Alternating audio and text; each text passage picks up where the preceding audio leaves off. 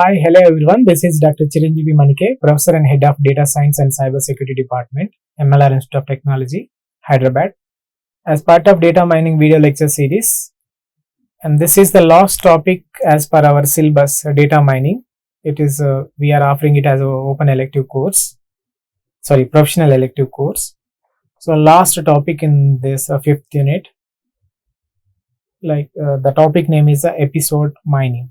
So in this we are going to discuss what do you mean by episode, mainly the event sequence, complex event, what is the sequence structures, what sequence patterns, how we can find out the sequence patterns, and from the sequence patterns how we can derive the rules. Those are called as episode rules. So we are going to apply, we have to recall the concepts like frequent item set mining, where we find the first step, we find out the frequent item sets, and second rule derivation process. So similarly, we are going to apply we are going to find out the sequence patterns and then find out the rules. So episode mining, a specialized task in a pattern mining. It focuses on uncovering the meaningful patterns with a long sequence of symbols or events. So sequence data is ubiquitous and plays a crucial role in many domains. For example, it can represent a sequence of alarms generated by computer system, a sequence of words in a text, or sequence of purchases made by customer, etc. Here the goal of episode mining is to identify interesting patterns within these sequences, like frequent patterns. Here we are going to find out the interesting sequential patterns. So once discovered the sequence patterns, these patterns provide a valuable insights into the underlying data, that is enabling better understanding and informed decision making.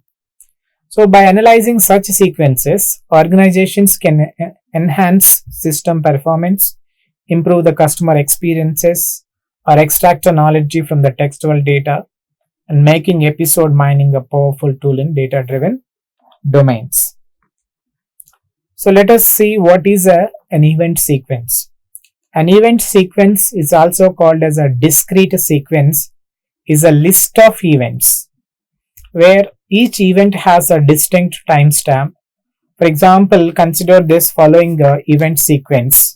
So we have a timestamp and the sequence of events, the set of events A and C, and there's another timestamp, the event A, and the T3 is another timestamp, event A, B, like this. This is a event sequence.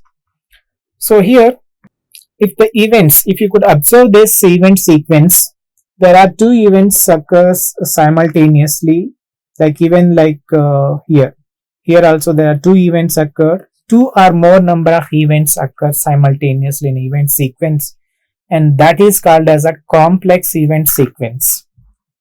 So event sequences would be divided into the two categories.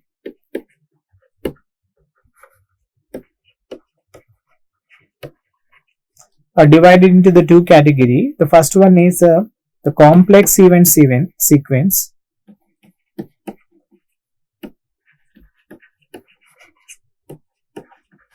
Complex event sequence, and the second one is a simple event sequence. So in this example, this is a complex event sequence because the two or more number of events occur simultaneously at the same timestamp, So that is a complex event sequence. So here this timestamp and the sequences are mentioned in this diagram. This is a complex event sequence. So sequence data is found in many domains. Like for example, in this example sequence could represent the purchases made by customers in a store over the time, where A, B, C, and D represent the different types of products, such as apple, bread, cake, dates, etc. So another example is a sequence of locations visited by a person in a city where A, B, C and D could represent the home, a restaurant, a university and the gym.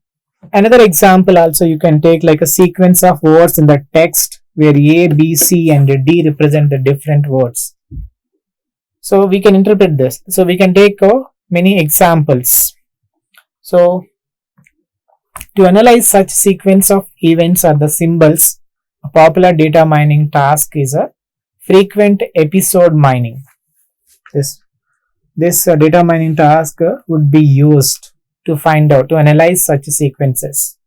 So the aim is to find all the episodes. Episode means subsequences of events, so that appear frequently in a sequence over time.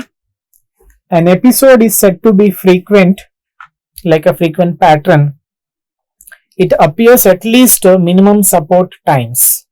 This is a threshold. Minimum support is a threshold or the parameter that is set by the users, not by the user. It's a domain experts. That's set by the domain experts. So they will set the minimum support, and a episode is appear more than specified minimum support times, then that is called as a frequent episode. So the task of finding these frequent episodes is called as a frequent episode mining. So for example, if you observe here, in this case there are the sequence episodes.